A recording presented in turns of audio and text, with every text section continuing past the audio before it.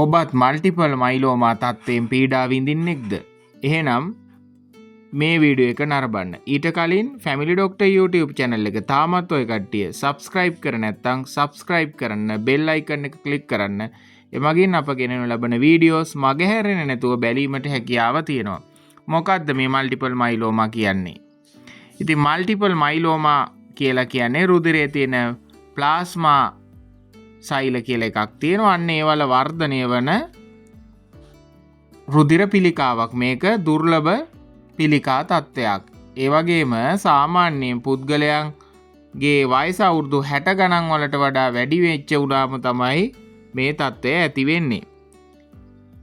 මේක සම්පූර්ණයෙන්ම සුව කරන්න බෑ හැම වෙලාවකදීම.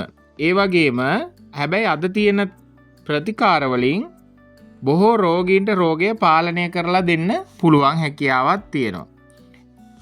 ඒ වගේම අපි දැන් බලමු අවදානම වැඩි කරන සාධක මොනවද කියලා. ඉතින් පිරිමි කට්ටියගේ වැඩි අවුරුදු 65ට වැඩි නම් වැඩි. කළු ජාතීන්ට වැඩි මේක. සුදු ජාතීන්ට සාපේක්ෂව දෙගුණයකින් විතර කළු ජාතීන්ගේ වැඩි. තරබාරුත්වය ඒ වගේම පවුල එකකට හරි තිබ්බනම් මල්ටිපල් මයිලෝමා කියන තත්ත්වය හැදෙන්න පුළුවන්. ඒ වගේම NGUS කියන රෝග විනිශ්චය ඒ කියලා කියන්නේ monoclonal gammopathy of undetermined significant. මෙන්න මේ රෝගය තිබ්බනම් කලින් දැන් මල්ටිපල් මයිලෝමා කියන තත්ත්වය ඇතිවීමේ හැකියාව තියෙනවා.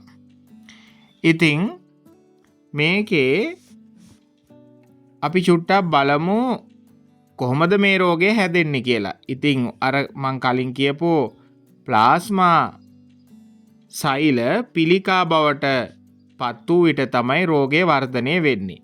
මෙම පිළිකා සෛල වේගයෙන් ගුණනය කරන අතර නිරෝගී රුධිරය සාධන සෛල ඉවත් කරනවා.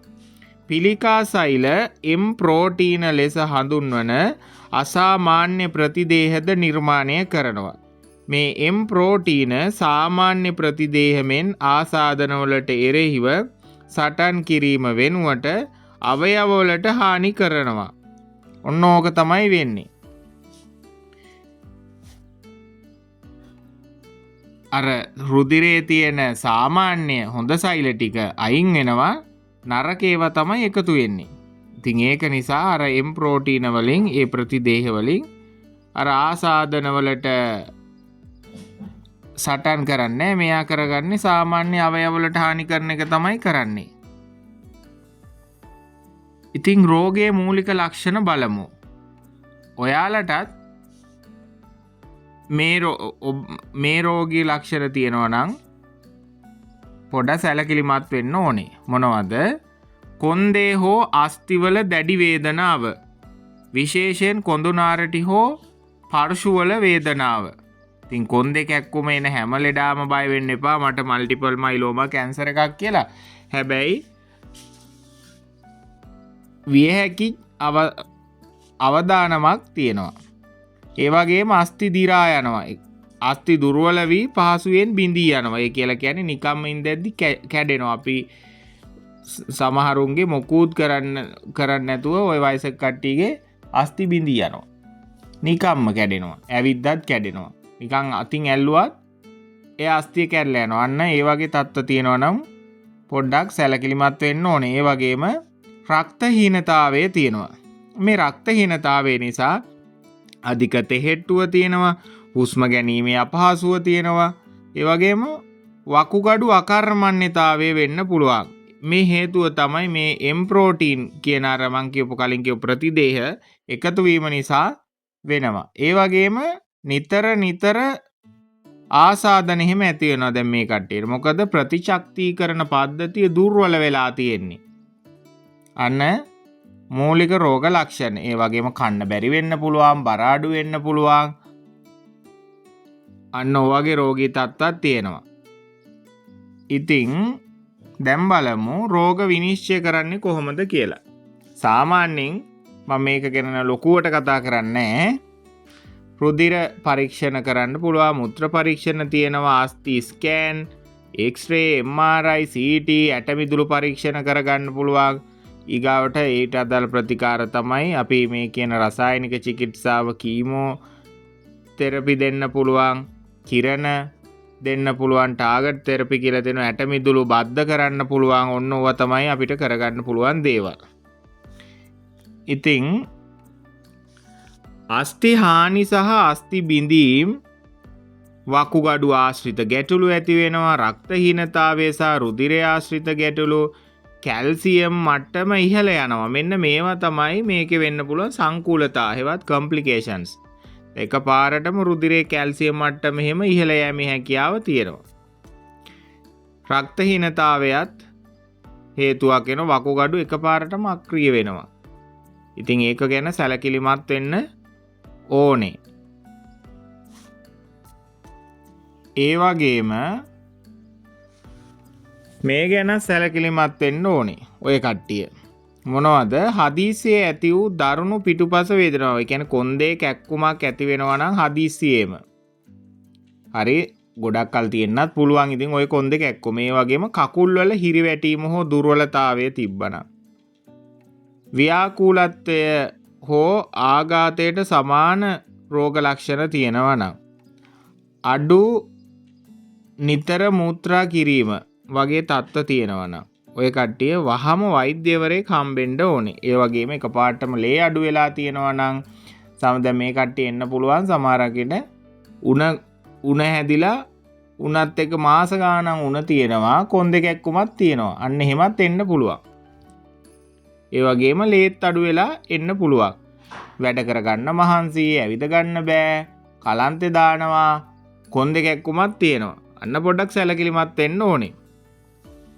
ඉතින් වෛද්‍යවරයෙක් හම්බුනොත් ඔය කට්ටියට මේ සඳහා ප්‍රතිකාර ගැනීමේ හැකියාව තියෙනවා.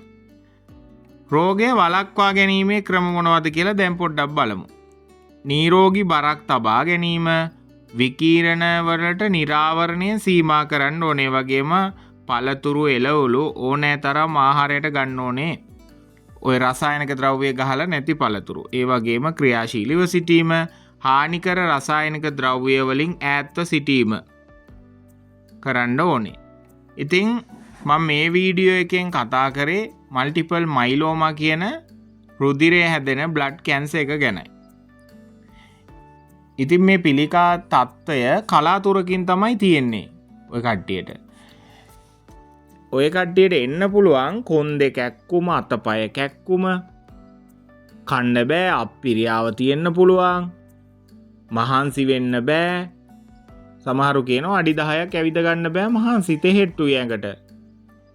ඉතින් චෙක් කරලා බලද්දි මේ තත්ත්වෙන් පෙළෙන කෙනෙක් වීමේ හැකියාව තියෙනවා. ඒ වගේම පවුලේ සායනික ඉතිහාසයක් තියෙනවා නම් ලොකු chance එකක් තියෙනවා මේ මල්ටිපල් මයිලෝමා වීමේ. ඉතින් මේ ගැන සැලකිලිමත් වෙන්න. ඔය කට්ටියට තියෙන රෝග ලක්ෂණයක් කවදාකවත් නොසලකා හරින්න එපා. ඒක ඉන්න නැතුව මාස ගණන් ගෙවල් වලට වෙලා ඉන්න නැතුව වෛද්‍යවරයෙක් හම්බෙන්න. හම්බෙලා ඔබත් මේ කියන කොන්දේ කැක්කුමකින් පෙළෙනවා නම්, කොන්දේ කැක්කුමකින් හරි අතපය කැක්කුම වෙන්න පුළුවන්, කන්න බෑ, අප්පිරියාව තියෙනවා. ඉතින් වහාම වෛද්‍යවරයෙක් හම්බෙලා ඇඟ පරීක්ෂා කරගන්න. මොකද එහෙම එන ඔක්කොටම මල්ටිපල් මයිලෝමා කියලා කියන්න බෑ. හැබැයි මල්ටිපල් මයිලෝමත් විය හැකි අවස්ථා තියෙනවා ඕනෑ තරම්. ඉතින් ඒක නිසා මේ ගැන සැලකිලිමත් වෙන්න. ඔයාලට තියෙන රෝග ලක්ෂණ පැහැර හැරලා ගෙවල් වලට වෙලා ඔහේ නිකන් ඉන්න එපා. වෛද්‍යවරයෙක් හම්බෙලා ඔබේ ඇඟ පරීක්ෂා කරගන්න. ඉතින් එවිට අර රෝගය මුල් දුවලා මොකුත් කරගන්න බැරි තත්ත්වයට එන්න කලින් මූලික අවස්ථාවෙන් හඳුනාගත්තොත් අර ප්‍රතිකාර කිරීමේ හැකියාව, ජීවත් කරවීමේ හැකියාව එහෙම නැත්නම් වැඩි අවස්ථාවක් තියෙනවා.